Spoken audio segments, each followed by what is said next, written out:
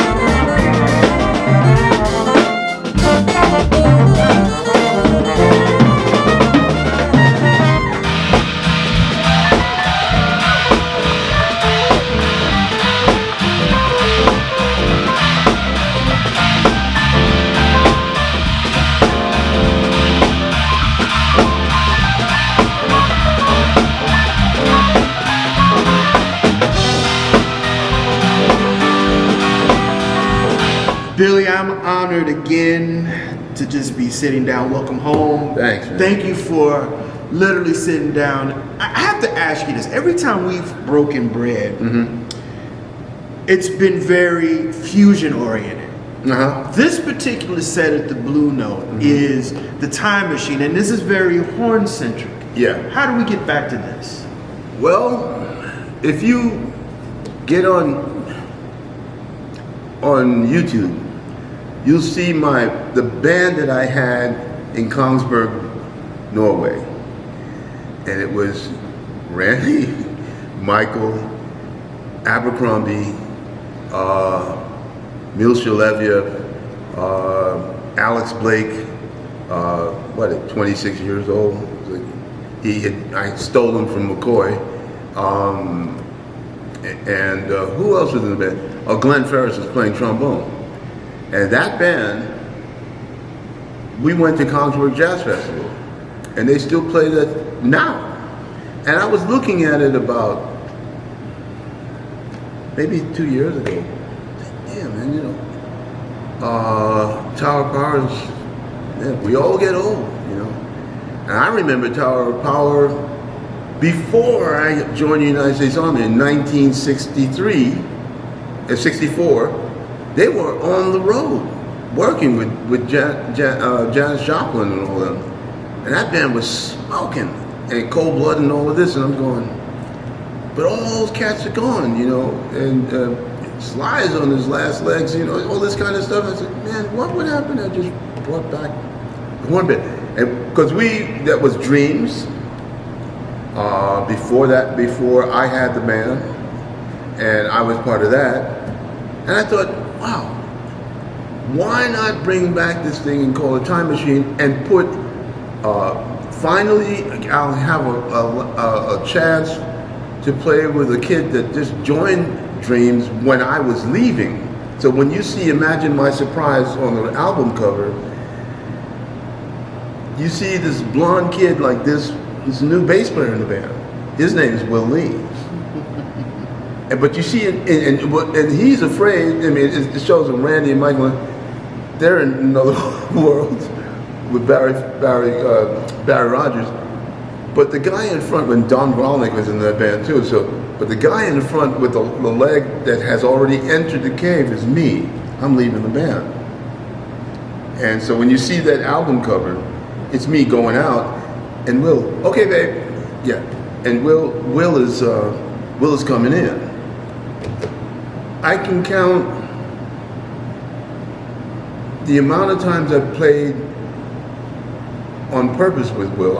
We were in the Saturday Night Live band, maybe not. I'm not even sure about that. It was part of that. I think he was, but only for a year. That was about 78, 79. It was Walter Matthau and all that. That's when I was there. I couldn't handle any more than that. Just grass was like itching for me to get out of here. And then after that, I did something with him and Dean Brown, maybe 2014 or so, thereabouts, in trio in Japan. That was the second time I'd worked with Louie. Okay. Now, I thought, man, I don't know if I can afford him, but we'll know until you ask. Let me ask you something, not to cut you off. You were there at the beginning of Will's career. Yeah. And at this particular time, what did you notice differently about his bass playing from the time you met him up to this point? That's the thing. I didn't hear him that much because I was never around. By the time Will established himself, Billy was playing Ekaterinburg, Russia. I was gone, man. And so my world was literally the world of Eastern Europe, because again, that's another major point to explore. I wasn't here because I didn't see anything here to do. So I left to find out why Dexter and all these cats never came back. I mean, and so where did I go? I went to Switzerland because it was the closest to Paris and to Geneva. And I knew that Kluk was in Geneva at some point. And so I went and sat down and talked to him just to see what was happening and learn how to deal with brushes a little bit better than I was doing. What was it like talking to him, and what did he impart on you? He said to me, what's most important is that get out and play, and the music will tell you why you are what you are and who you are, based on what you do. You came to me. I'm telling you, I'm not telling you what to do.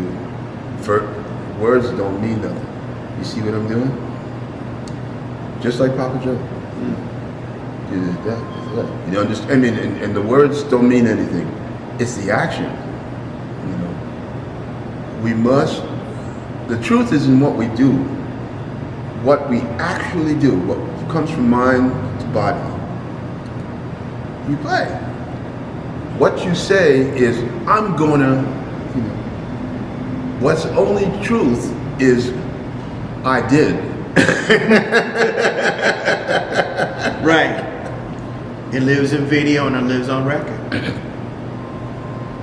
Do you feel that, you know, playing with Randy, because I remember the last time we talked about Randy. Yeah. We talked about Horace Silver. Yeah. And you had talked about, you know, that Randy, when he played with this intensity, there was an urgency about what he was doing when he was playing music.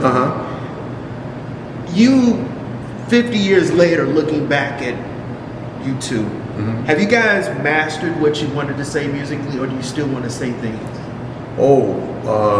We haven't mastered it yet. There's a lot more to come, and we will get closer and closer to achieving that, and until we finally touch it only once when we die. It will never ever be something that we can completely grasp, because if we do that before, to me, it's premature, which means that there's no more interest. If I have accomplished everything I wanted to accomplish in music, that's right. So now what do I do? I still want to accomplish something else, but what is it? That's the horizon. So there is no horizon, so it's like telling a kid, you're terrible, you're awful, kill yourself. And they believe it. He said, there's nothing else to believe. So they kill themselves. Who wins? We'll never know if they won. Right. You see? But that's the deal. There are people who get in your head, and music is it can't be a platform that way. You know, some people choose to protect themselves by insulating themselves with preset presentations and ideas that happen every time they play. It's okay, and then you see them the next day. It's the same thing, and everybody, man, that's amazing what you did, and blah blah blah blah. But it's now happening over and over again.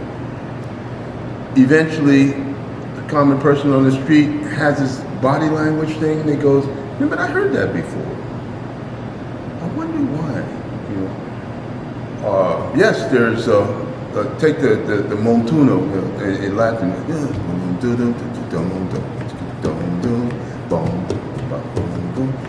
But it goes on and on and on, and it represents a small, not small, a community, which is not small.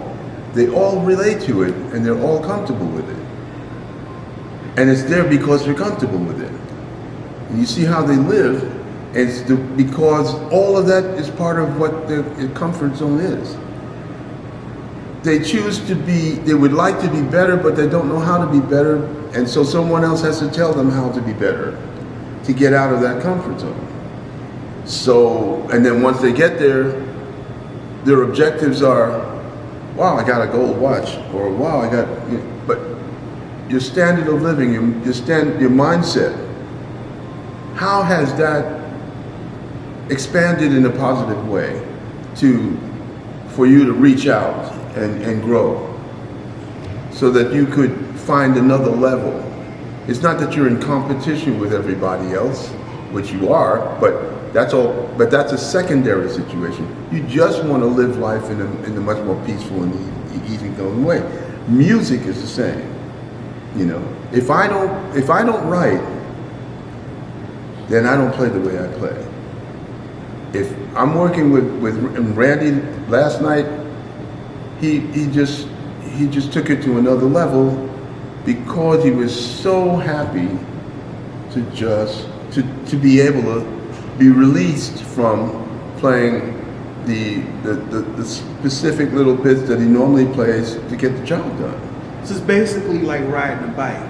Once you've mastered the rudiments and the basics, it's just it's like building a pizza. Okay, we're gonna add some anchovies here. We're gonna put some pepperoni. We're gonna put. That's basically what this band and how you're looking at this ensemble as. Yeah, well, for me, it's bringing it back to where I was a little over 50 years ago, just to see what would happen with it now.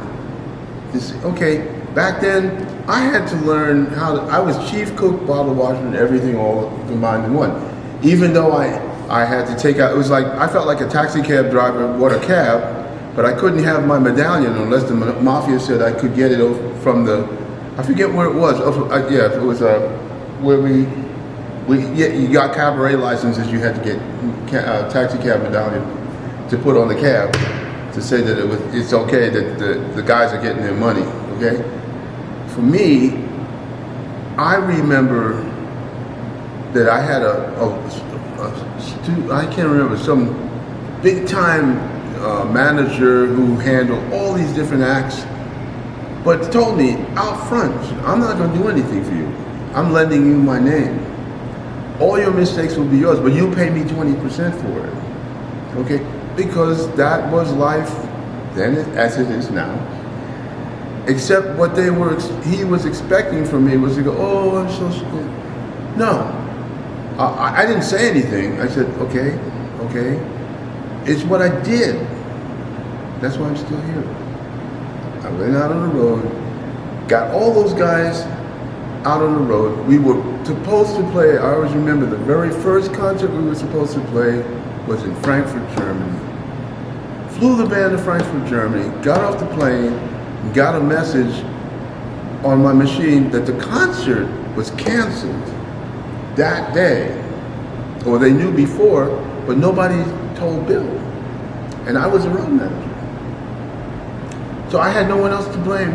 I said, okay, what do we do? Since Spectrum had done so well, it was easy for me to, at all things, lease a plane privately, put everybody in the plane, all the gear, and not go home. The gig was not, we had a gig that day. It's just that it happened to be in Stockholm, Sweden. Wow. Here you go. I had to fly the band to Stockholm, Sweden in a jet. Did it. Yeah. Cost about $5,000. We got it. Okay. Came down, and still, I had to pay 20%. I'm not upset. I said, I gotta learn this. I don't have any time to be upset. He threw me a curve, and he knew. In that time, that's when I received Billboard #1, this, that, and that. No, he grudgingly came to represent me because they did not expect this to happen, you know. And I was in their world, so I found that it was most important was to watch. Learn, not play dumb, but just be quiet and not look as if I'm taking anything personally. But yeah, I was going to get beat up a lot mentally all through my career. Right. But every time I quietly got up, I made an adjustment because this business is all based on logic, and it's always the same character who looks generally, if the person is white, a certain way. Three groups of people can do that, and they come from either northeastern England, UK, or southern Europe in the heel of the boot, or what was before Palestine. Yeah, that's where they come from, generally, and they're not Jews. They are Israelis, and there's a big difference. So that's another story for another day. But it's there, and it ain't gonna go anywhere. Right. So you watch, and the what the whole thing, what is the lack of respect that they have for you is when they figure that they've told you something, and that's it. And then you show up again, and they've already forgot it because there's so much else going on that there's more bodies to get whatever they can get out of those bodies and just throw them off to the side over the years. And here you are still there, but they don't have time for that because they got rich on something else. And I get it. So I've had my opportunities, and I tried to make the best of them, stepping all over myself continually, making mistakes here or there, but going, been there, I've seen that one, okay, so we do this, he said, or not take this date, or do something really, really important that'll catch everybody's attention on a low level, which is better than on a high level, when you say, no, I will not play without being paid first. What? I'm not accustomed to paying a musician ahead of time. Well, I'm not accustomed to playing for free. Just that. There's nothing more. So now we're at an impasse. Place is full. People are not going to like you when you don't do it. Okay, so hate me. They're going to walk out. I don't have to say this to them. There's no argument. I said, you think so? Okay, I'll take my chances. Mr. Cobham, I'm going to piggyback on that. There were a lot of musicians that did that. Ray Charles, James Brown, Liberace. Mm-hmm. There were a lot of musicians that were like Chuck Berry. Yeah, sure. Chuck Berry wanted his. Yeah, I know. He took it. He took it to another level. Yeah. And I'm saying, they don't think that much of me. I don't have to be that aggressive. I don't have to. No, all I have to do is not do it. Not do it. I remember being in Holland, a television show, and they said, okay, we're filming. I said, well, how much money is it paying me? He said, what money? I said, well, I don't do these things for free, man. I went to school, I learned how to play, I have a band, I've got to pay. And I've got to answer to them when I know that we're going on television and people are watching and they paid for that. So how come what's your offer? Who are you talking to? You. And it's like, so let's get this done and then we can move on. I said, well, there's no money here. This is the Dutch national television, blah, blah, blah, blah. I said, well, congratulations, man. You know what you get out of this? You get your ability to have a life after you retire and your fund and blah, blah, blah. I still have to work and I still have to feed my people. What is your offer? Do you have any?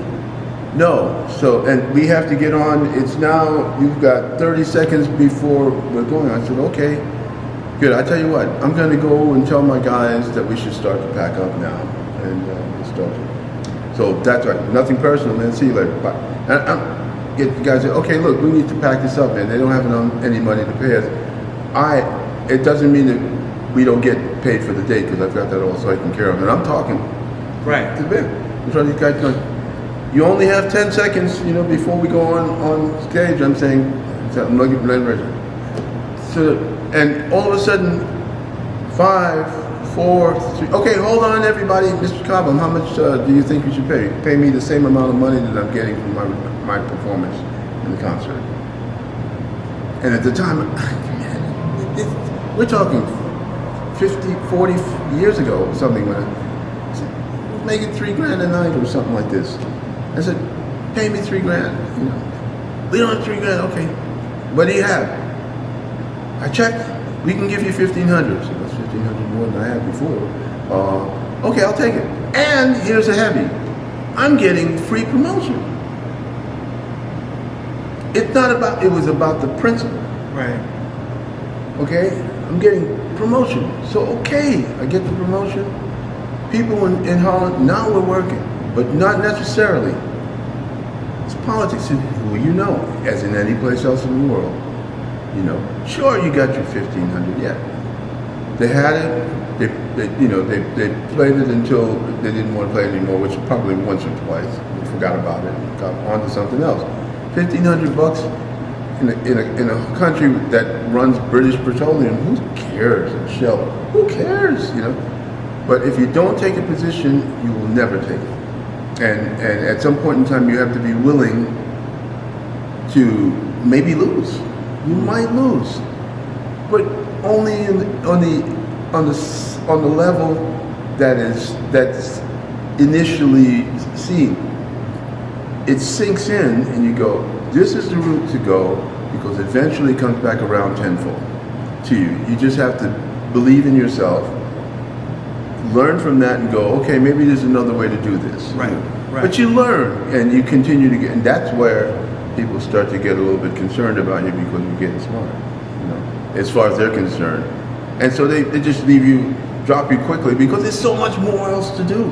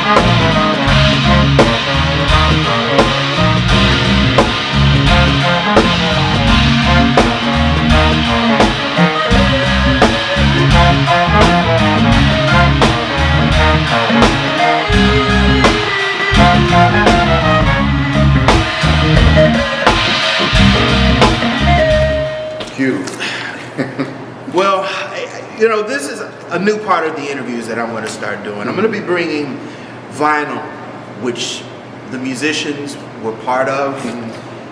And I was going through your discography, and there's a lot. And as a soul funk person, I'm looking at this Brothers Johnson guys. This is their first record out the gate.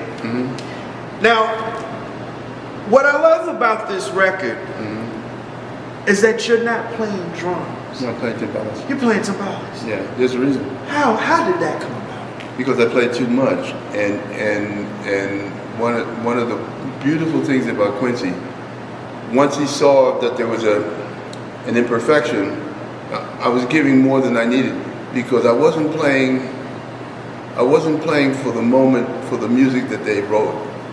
I was playing as if I was in Mahavishnu Orchestra on the drum set. That wasn't going to work. I mean, it was just too many notes for him, and he chose to then replace me with Harvey Mason, who was Headhunters at the time, and George Hudson. He played with a lot of people. Yeah, but Harvey was like that, right on the money. Yeah. I still hadn't gotten that together, and the interesting thing about it all is this is how it worked. I only had one shot, and I knew Quincy back then, because that was just after he'd gotten these. I was there for that.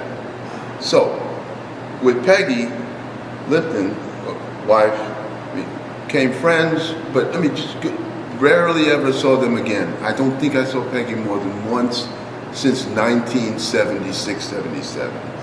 Okay? I was informed directly and personally by Quincy that Peggy had passed away while he was at Moultrie running the festival, so that had to have been easily 29, no, it could be 2019, 27, 18, somewhere in there. I was playing with the band. And I remember first thinking that it would be a solid relationship, because out of a lot of things that we knew, the combinations, one of the people who took I don't know how they said it, subcontracted materials from Quincy was Oliver Nelson. I was closer to Oliver, and Oliver was doing the $6 million man at the time, and died on the bandstand when that happened. Because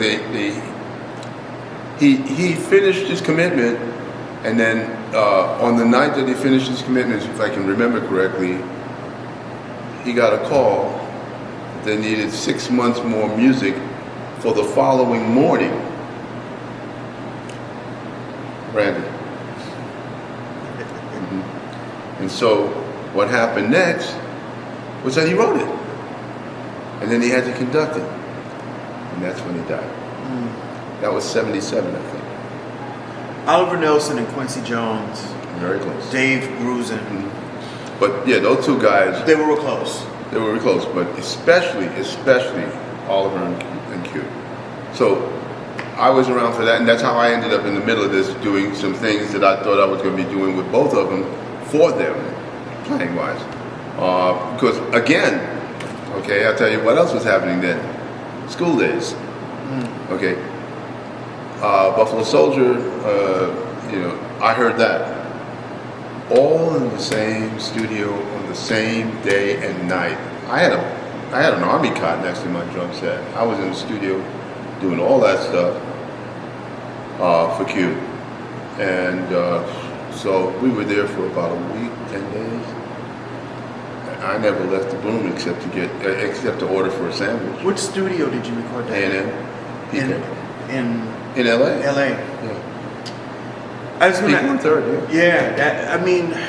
I have to ask you this, because Quincy Jones and Dave Grusin, they went from the 60s, they were big band, and then they shifted to rhythm in the 70s. What was the cause of that? It was like Miles could see. They saw foresight. They saw where it was going. Grusin I didn't know, at all. But Q, that was easy. He knew the groove, God, man, he came up on the Billy Eckstein, all those cats. Right. Of course he's going to know it, you know. And basic, oh my God. So all of this history, he just simplified things. And, well, was it him? I can't say, but one of those guys said to me, he said, you know, the most complicated stuff to play is what comes out simple. Because if you're playing simple and you're doing it the right way, that means you really took time to study for a long time how to do that. When you said that, I think about the Michael Jackson. Yes, sir. I think of those records. I think about Off the wall. Well, Off the wall. I want to even say the "It's My Party." Yeah. Those I know, are very yeah. simple records, but they're very. But she's duple and Michael's triple. Yeah, you're right. I know where you're going with it. Yeah. He was very good at producing. Yeah. So, and I got to ask you about the Brothers Johnson. Yeah. How? Because I know Louis and George were very much a part of a lot of the session records. Yes. You know, even Q's records and also the pop records. But what made these guys so unique? Well, what's first and foremost is that they had this groove. The only problem with them is that they forgot to they forgot to tune up when that stuff is all out of tune. And so Q, and there was no Gifford, man, at that time. Clifford, there was no Clifford didn't exist for a year. It didn't come 20 years later. Wow. And so Q had to figure out a way. It was all about the groove. Even though it was out of tune, most stuff that we would consider when we listen to out of Africa or out of Latin America, not necessarily in tune to what we find to be in tune chromatically or whatever. It's the groove. A montuno is a groove. It's not about what key is in it. No. And that's the rhythm part, but there's a lot of melody in that. That's crazy, because Mr. Jones had his hands movie composing, publishing, the record. There it is. he had his hand, but I look back and reflect on his life. As a black man, he had to do that. He had to do that. But you know where he was born, right? South side of Chicago. You know where he moved to next? Seattle. You know why? Then his mother Was white. But no, Quincy's mother moved to Seattle. why? She had a mental illness. Talk to me. Who do they call? Who was the head of the mafia in Chicago back then? Prohibition. You're talking about Al Capone. She was the maid. I did not know that. Check Hughes' history. Okay. And things start to come together. Yeah. They sent all the non-combatants to Seattle. And they went to Vegas. And that's how Vegas was formed. All planned, man. J. Edgar Hoover, the whole thing. That's why nobody talked about J. Edgar Hoover and the group of girlfriends he had. That whole thing. And they buried the whole thing about Billie Holiday as well, all inside it. Wow. But there you go, man. I mean, it's like,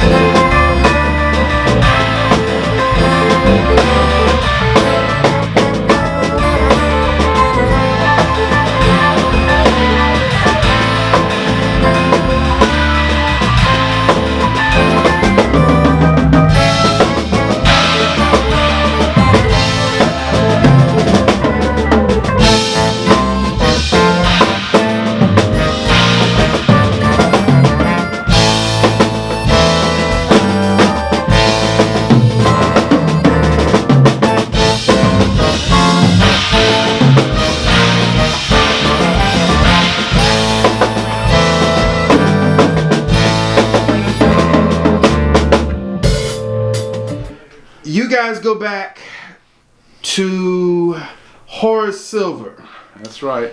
We're over 50 years of friendship and musicianship. Yeah, it's over 60. I was saying. He's over there. That's how I feel. I'm gonna ask this question I asked yesterday. When you guys started off 50 years ago, did you guys ever in a million years accomplish what you set out to do in the mid 60s up until now? Well, we're still, music is always a learning experience, so believe it or not, it sounds crazy, but I think I speak for all musicians that are serious. We're still working on it, but I'm very proud of both what Billy has done and what I've done in the business, and the fact that I'll be 80 in November and Billy's 81 or 82. We're still here doing it, and it's still a thrill to play. That's the main thing. Music is a spiritual thing that we're blessed to have in our lives. Randy, what was the thing that you automatically noticed about Billy when you guys started playing together? Well, nobody played like him then, and nobody can play like him now. They're only imitators, but there was nobody back then that came close to playing like Billy. When he left our band Dreams, we must have auditioned 60 drummers, and we finally just gave up. Because there's nobody like him, and there still isn't. 1968, you and Randy are playing with Horace Silver. And from my understanding, you were on bills with 3 of some very important jazz drummers, talking about Elvin Jones. Okay. Oh yeah, we were on the George Wayne tour. Yes. Lou Hayner, Elvin. Yes. And you got Tony and Max. And Max? Yeah. Okay. Now you're 20 something, and you're looking at your heroes on the band stage. What were some of the things that you got from those 3 guys? Because those are really, Joe Jones is also, if we're talking about drums, he's kind of like the spark of all of that, because he's the guy that influenced the great Roy Haynes. Yes. But we're looking at those 3 drummers. What is that you saw every night, and what did they impart on you as a musician? They were transitional. Well, Elvin had this flow because he was the penultimate triplet player.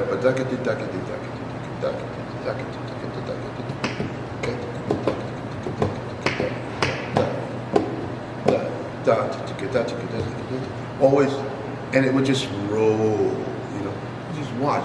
But the one thing that was really, and he could be everywhere. He was like an amoeba, except he had one point of reference that never differentiated. It's always the same place. Hi-hat. Chick against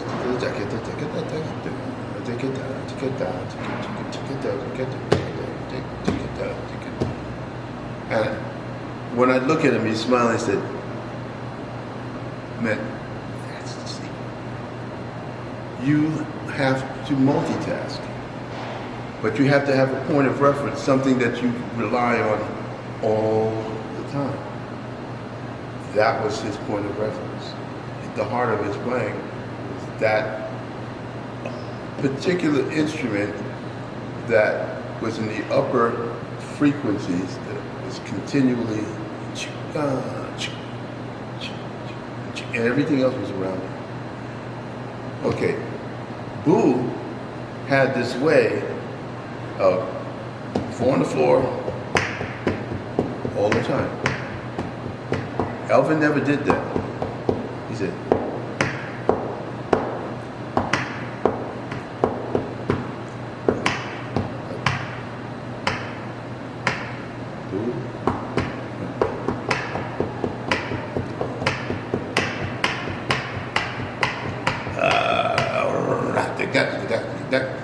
and it was more of a Dixieland kind of feel on top of that, but it still was like, and he used, he was very, very, very assertive about dynamics. I want to ask you that. When I listened to his records, he played his drums like it was an orchestra. Yes, because he wrote. He was a piano player. Right. Yeah. So he's thinking piano player playing drums. Okay. I'm terrible piano player. I'm terrible marimba player. Xylophone player. I'm thinking, and I studied composition to better understand my colleagues and how they played their instruments, so that I could write for them in a way that might kind of tickle them a little bit to bring out certain elements that they would put through that instrument. And I continue to do that today.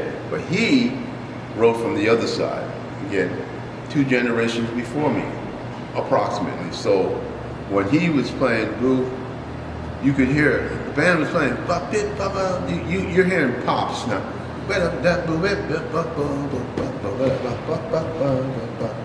and it's just moving. That never stops. Boom, boom, boom, boom. 4 on the floor, hi-hat. 4. Up, the shuffle, and Timmons,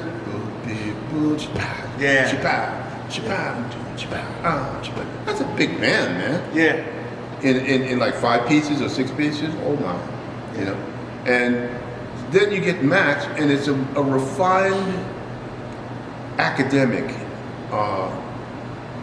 mind in a way, playing, but it's all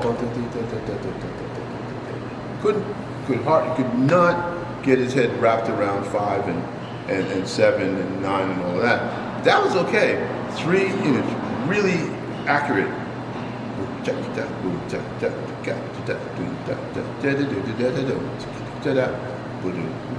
It's like playing a waltz.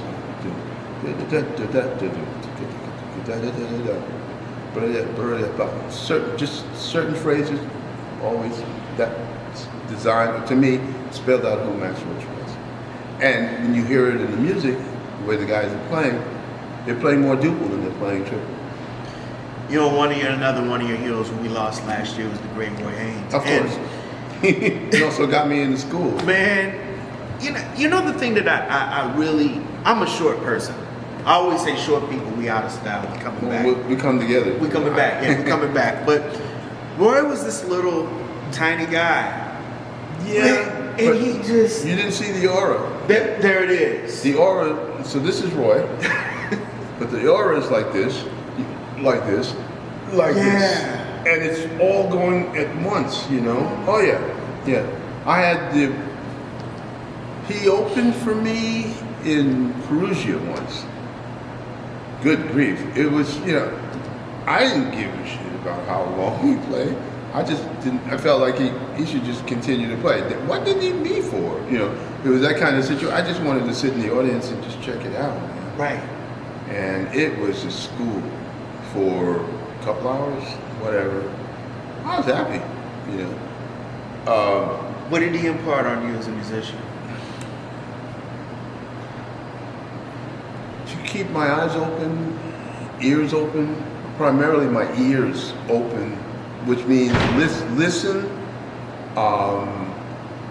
interpret, translate, represent. Always, you play something for me, I go, oh really? Okay, you mean like this? In the notes. No talking. Play and make the notes talk for you, speak for you. Communicate through the notes. Very, very important.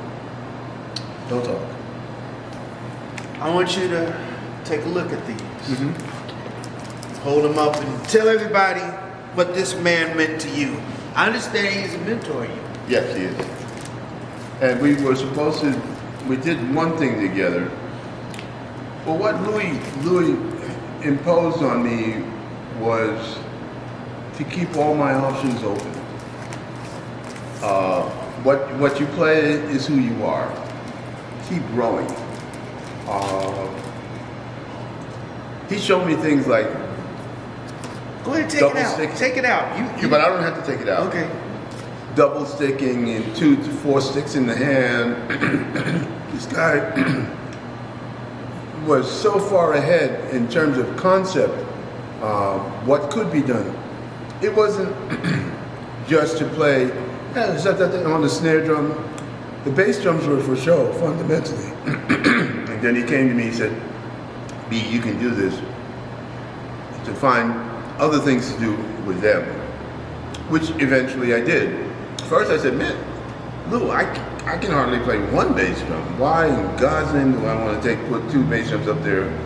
And then McLaughlin came to me and said, I'd like for you to play this figure for me, but it'll take two bass drums, because they didn't have double bass drum pedals back then. And I don't know if I would have used it anyway, except for a point of reference to see why use two beaters on one bass drum when I should actually have two bass drums that I can tune differently, but in harmony with each other inside the set. So it got me to the same place that I was going to eventually go anyway. So John says, and then he says to me, it's a 9. I'm going, 1, 2, so it's 3. So okay, he said, but I wrote the tune in 27. I said, but it's 9. We're just going through this. And he's thinking 27 16ths. I'm thinking 9/8. And all of a sudden it ends up being 3, 4. Relative. Lou would break it down that way. So, yeah, but if you listen to it like so, I mean, sitting down there before Pearl would yell, "Y'all still in there? We need to eat," something like this.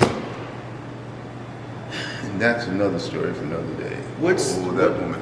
When was the first time you saw Louie Bellson? I may be wrong, but I think, man, I know my mom knew. Well, they family friends, Pearl. I wasn't paying much attention. I saw him with Ellington. Wow. Because Dad was the new Duke. My father was a piano player, but he was a mathematician and just happened to be a fan. And I couldn't figure it out, man. Black, brown, and beige, sweet, and this and that. I was talking about bop. And so I'm basic kiddo. And Sonny Payne all the way. So I'm sitting there, watching Sonny play on a snare drum, a bass drum, and a floor tom. No rack tom. How was he able to do that? Who does that? Oh man, I don't know. He's just playing on that on the Ed Sullivan Show, and they are beyond fire, man. It's like a tornado. And then Sullivan said, ladies and gentlemen, the bassy band, bang! And it's like, whoa! And all of a sudden,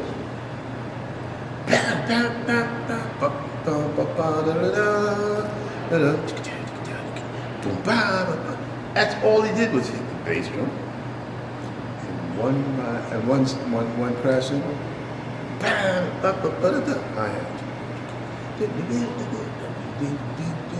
And the rhythm section, because the drummer had to, it's not just the drums, but where the drums were placed. On a slab of wood that would let the drums project out and blend in with the rhythm section. Guitar, rhythm guitar, no pickup. Okay, upright bass. Major Holly, all this stuff, same thing. They're roaring, man. Basically, may play a note here or there. They all made sense. Again, simplicity, selectivity. Everybody's listening. And it's just like going this, that's the engine that's just running everything else that's happening around it. Oh boy. I mean, with Marshall Royal in the front, oh come on, man. I have this some heavy stuff, man. I have a record I love to death. Is Sinatra with the bassy band with Quincy Jones. Kentucky. Yeah, and Sonny Payne, I know. man, that whole record, he's a monster on He's it. on fire, man. And again, he knew what to play when. You know, so it's not like always enhancing everything that's going on. You saw that, didn't you? I never said that. And so, but I did have, you know, it was a hiccup. Yeah. Knowing. Oh boy. Yeah. No, Sonny was the real deal. And like you said about Count, Count and Ellington, when it came to the band, they could play the most simplest notes on that piano, but they said the best on the piano. Yeah. It's what you know, the knowledge of what to play when. A very, very important point that's made continually by Ron Carter. Finding the right notes. That ain't easy. It's a constant search for the right situation.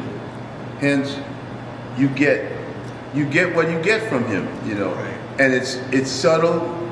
It sounds very. Most I would say I'd venture to say most people, musicians, artists, no, none. It blows right by them. They have no idea what he's really presenting. But it's not a compliment. I feel in a way it's sad, but you can't have everything. The fact that they enjoy themselves is enough, you know.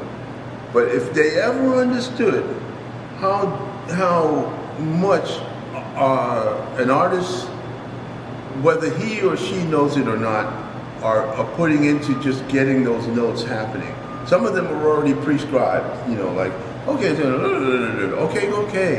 Well, some things will come out. Or you take a Bill Evans, you know, and you listen to what he does on My Funny Valentine's. He's everything that he's playing, man, is represents an experience that he's had. He's not without even knowing for sure where that's coming from. He's playing who he is and where he came from to play who he is. Right. So that he can take you to where he wants to go. That's exactly what I'm trying to do when I play all the time, and I fail terribly most of the time. Because when I'm playing, if my line of thought is just a tad changed from where I was coming from, I have to regroup. And I'm doing this in real time all the time. Shit, man, I had this, but this now, it wasn't where I was going, but yeah, I wonder what happened. And this is how we grow. You haven't forgotten the other stuff. Right. It wasn't ready to be finished. So we'll go back, maybe or not. There's a lot more to do.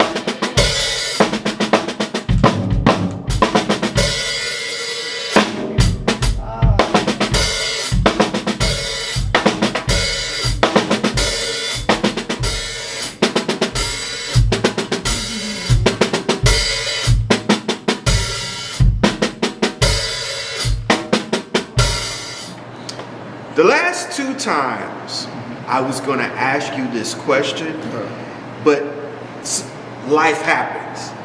I'm going to make sure today my viewers and me, the consummate journalist, knows this particular question. Creed Taylor, Sunflower, Milt Jackson.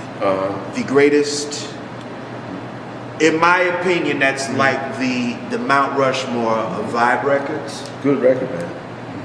You were on it. Herbie, Ron. Yeah. Tell me about that session.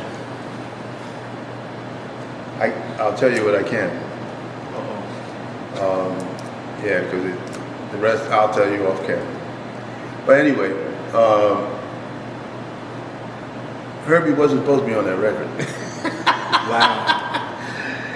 He was the last minute. Was brought in at the last minute. But yeah, so when he came in, it had already been decided by Bags that he needed someone who could play the blues. But he wanted specifically 1 chord, 4 chord, 5 chord blues. He didn't want any augmentation, embellishments, nothing. That was the rules on a particular tune. I can't remember which one it is. And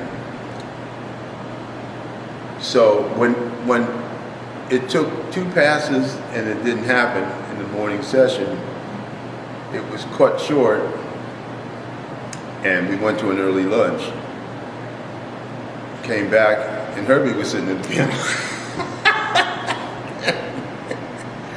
And it was one of those things where it all just slotted in because it was normal. You know, everybody was working with each other. And we started playing, well, I wish we had that record so I can remember the tune. There's a tune that was supposed to be kind of blues, and it sounded great. Herbie started that way, and then Herbie had a solo. And, you know, all legal, everything went out the window, and what you got was a solo between, well, the rhythms within the trio, that they had to jump in. You'll hear the edit. It's an interesting edit because we were burning, and it became the Herbie Hancock trio. It's one too, man. I wonder. Okay, so I'm gonna put the cat out. I'm gonna put the cat out of the bag. Yes, that album. And the reason why I love this record so much is because it's the first time I hear the elder statesman, Mr. Jackson. Yeah. He has to play second fiddle to you guys. Yeah, and he loved it. I knew it. I'm glad that you said this. Well, the reason, you know, it's like, it couldn't have gone any other way. No, I mean, Herbie came in and he was hungry, you know? Yeah. And that's what got it going, and it was like it was always there. But it was like a caged lion, you know, and then finally somebody took the lock off the door. And, you know. So what was his response? He got more comfortable, I'm assuming, as the sessions went on. Oh, we did everything we had to do. It wasn't any sessions, there's only one. Okay. That's the way we work. I mean, we did 2 sessions a day, generally meant, or I should say 3 sessions a day. If we did 2, they made some adjustments in the 2 sessions. The 3rd session was rough mixes. Because there's only, 4 or 5, only 5 songs on Sunflower. That's right. That's right. it. That's it, man. That's it. It was done. 1 or 2 takes. I don't think the one I'm talking about, we may have done that once. Really? And then we moved on. There was nothing else to say, you know. It was done. And that's the beautiful thing about, I think I like about Creed Taylor. He knew. He knew. Yeah. Right. He knew. He knew. Even the stuff he did with Verve, it was like, some of it was kind of out there, but I just think that the musicians that he had on that, and then we also got to take a look at these album covers, man. I mean, this is another beautiful record. You're on. I want to talk about this because Ron says this is one of his favorite records. All of his records are his favorite records, but that's Ron. Yeah, Ron said this is one of his favorite records. OT's on this. Roland too. Yeah. Oh, this is the one with Joe. Okay. God, man, he did some crazy things, but it all made sense. You know, I would just sit back and watch and learn. That's it.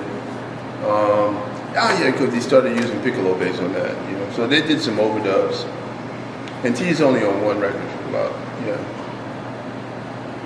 Ron said he hated playing the bass, the electric bass. He did. That's not his instrument.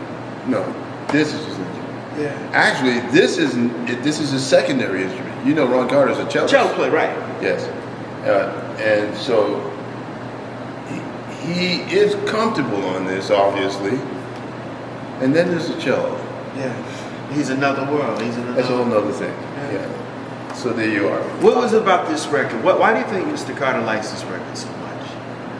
Because the rhythm section melded together very easily. Hack was my piano teacher. Really? Yeah. That's why I don't play piano well, because Dan they broke my hand. No, that's just a joke. I just too much of an idiot to understand what was happening. Right. And then with Joe, it was just like the right people at the right time. Right. You know? And what kept everything together was my relationship with Ron and with Hack, because we go back to the 1967 New York Jazz Sextet with Hubert Laws and Thad, Tom McIntosh, you know, or Jimmy Owens. If Thad wasn't there, Jimmy would play a flute, horn, trumpet. It was an easy band, you know. Everything flowed, and I like to play. I don't like to pitter patter and ghost notes. I don't have. Just want to play and sink in and get the tones of my instrument lined up with my colleagues in the rhythm section. So I tend to play a very simplistic, straight ahead kind of performance for that, to blend my drums in with the bass and piano and go, you know, as a unit. You know, that's my objective. And so this is perfect for me. This record right here, Blue Moses. Yeah. Randy Weston. Yeah. Now, this alleged that this, Sugar, and Red Clay are still the highest selling Creed Taylor records. I didn't know that. Yeah. Wow. This actually paid for Randy's club in Morocco. I can imagine that. Yeah, this was one of his biggest selling records. And he didn't want the band. Yeah, I want explain the story about this Because record. his ego was in the way. He thought that he didn't know who was coming, and so he didn't know how we would approach playing the music that he had. Because he didn't know us. He didn't know me at all, you know. And when he heard the rhythm, when he played with the rhythm section with me and Ron, it was like home. And he still didn't understand that.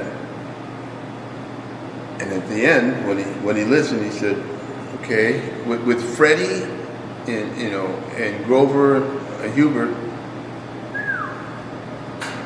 all of a sudden, yeah, I guess it's possible. Right. Well, Creed makes it happen. Well, yeah, he just brought the people together. Yeah. And Creed is like, well, Miles is the same way, a manager, you know. He knows how to manage people. I mean, can you imagine, man, walking into a studio with 5 different piano players, and you open the door, and the first piano player whose chair you hit is Chick. The next one right next to him is Keith. beating on an RMI piano because he hates playing electric piano, but Miles told him to play that. He's gonna play that. And next to him, because the shoe was coming up full like 270 degrees to destroy this piano, he hit Joe Zawinul. And Joe's there. Next to Joe is this huge, humongous, crazy person, 6 foot in a purple muumuu and a Panama hat named Larry Young on organ. Those are the 4 keyboard players in that session, and that was part of Live Evil and all of this. Then Herbie showed up.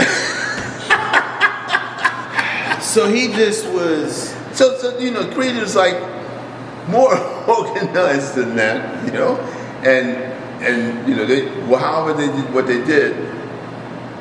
With me, they found me to be very flexible because I tended to be quiet, sit in the room. I knew, give me a set of drums, I'll play a set of drums.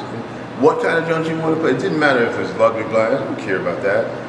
If I could get them tuned to a certain way to present my personality, I'm in. I bring my cymbals, I bring a snare drum maybe. And all that Rudy would come in and say is, okay, I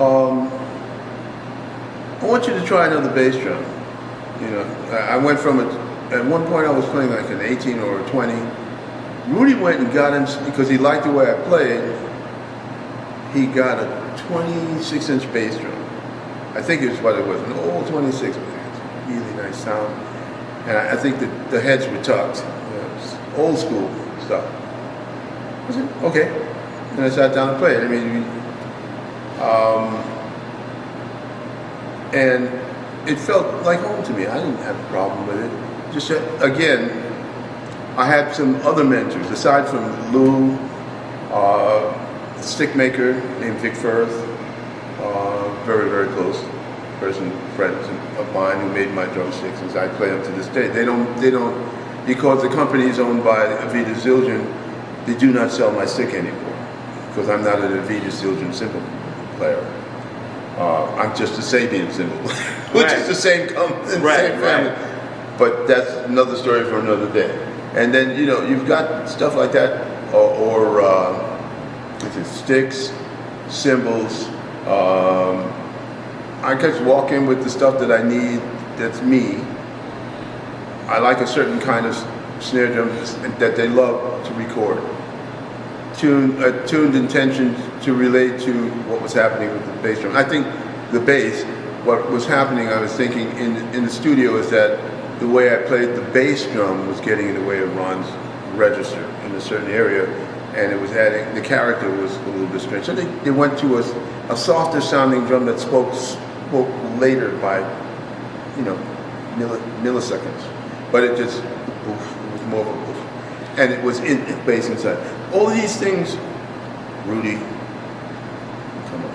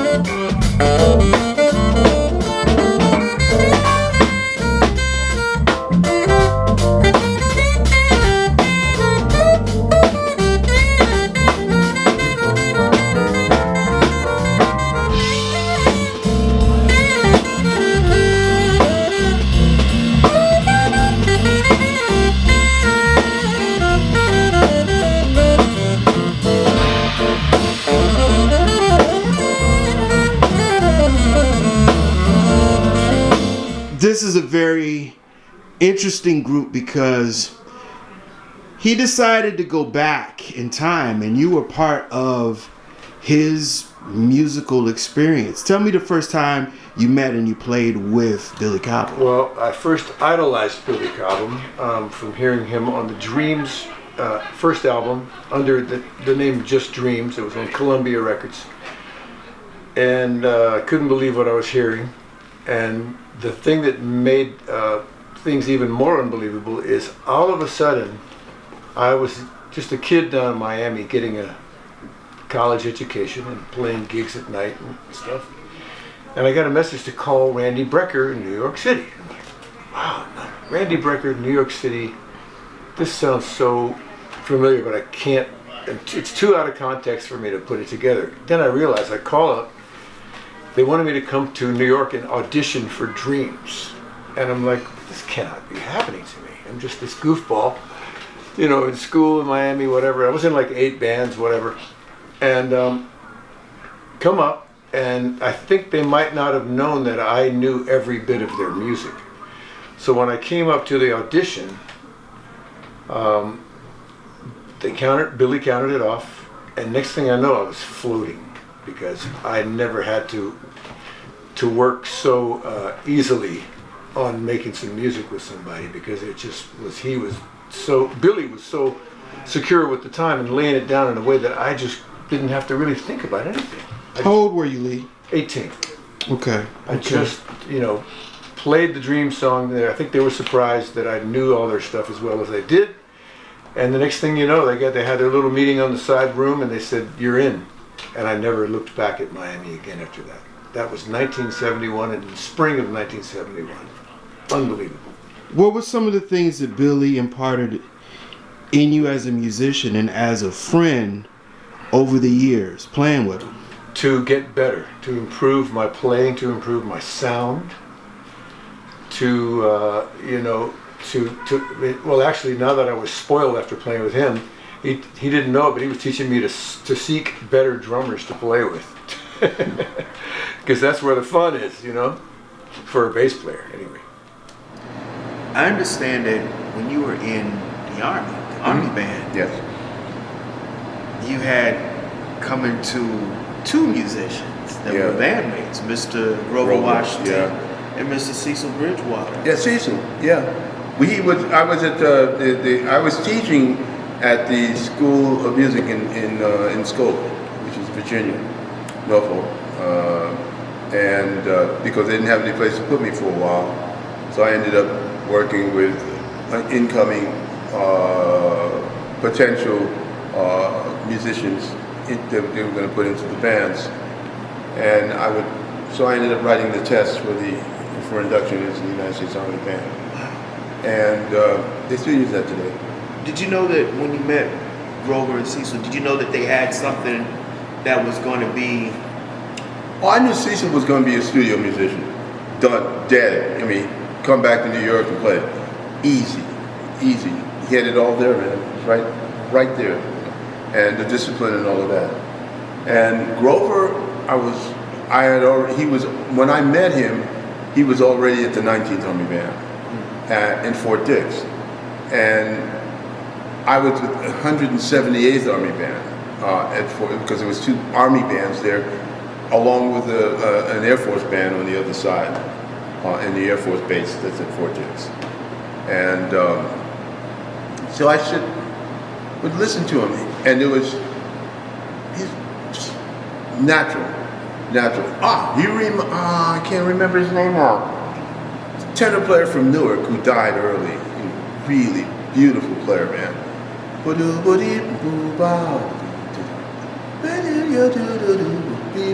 had that South Jersey feel. I can't remember his name now, man.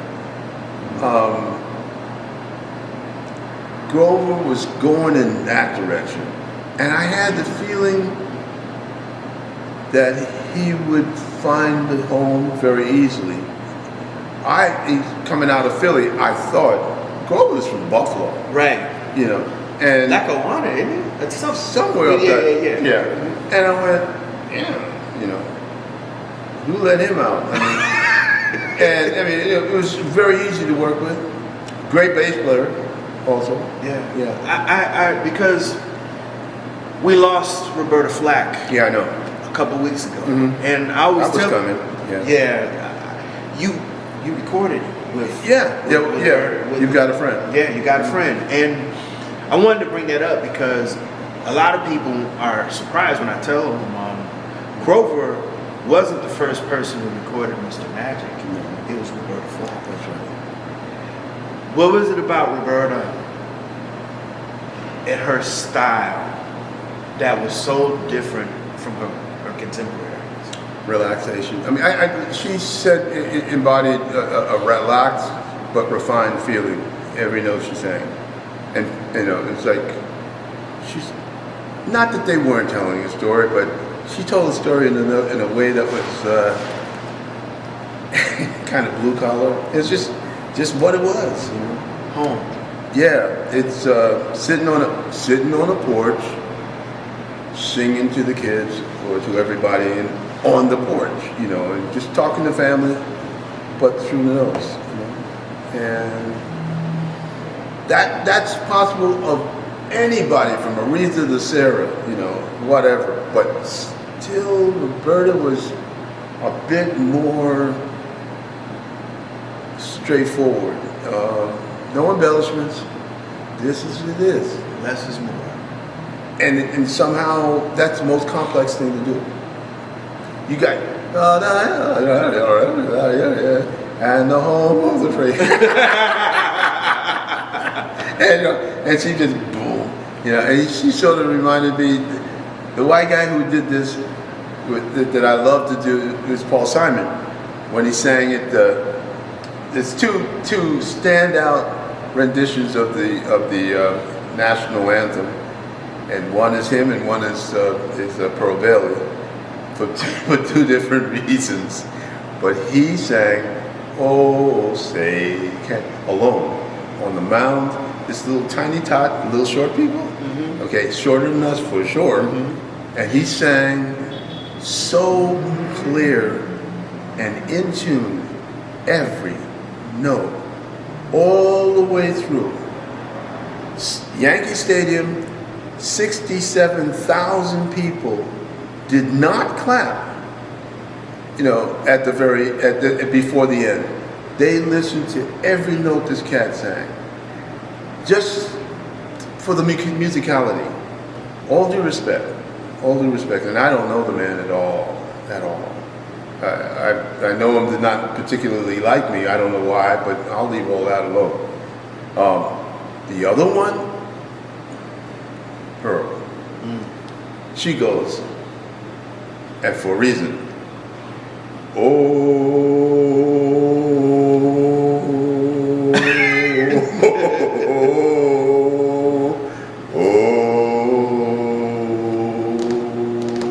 And everybody goes, yay!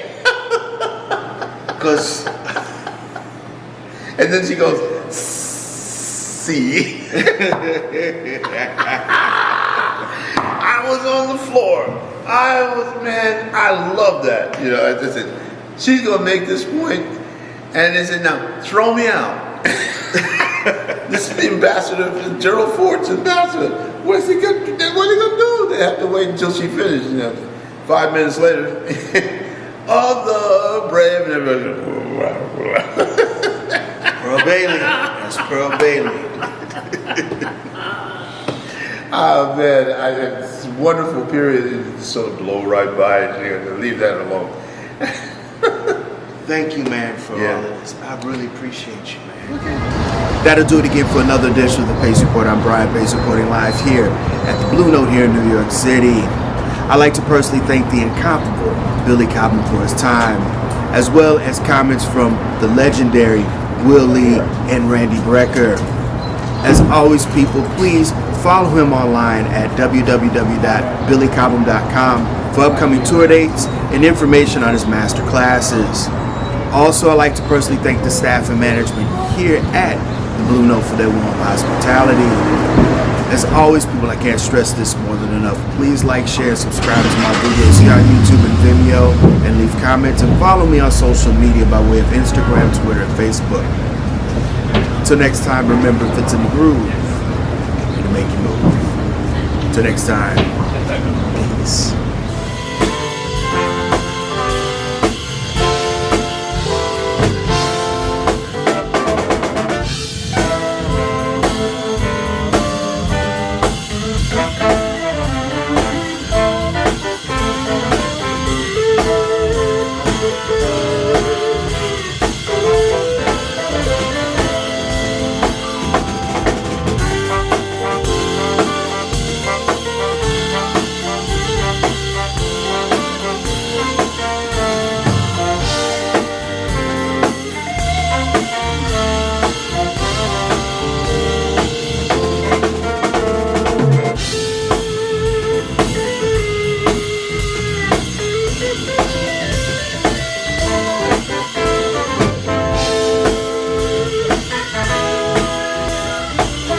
Thank you.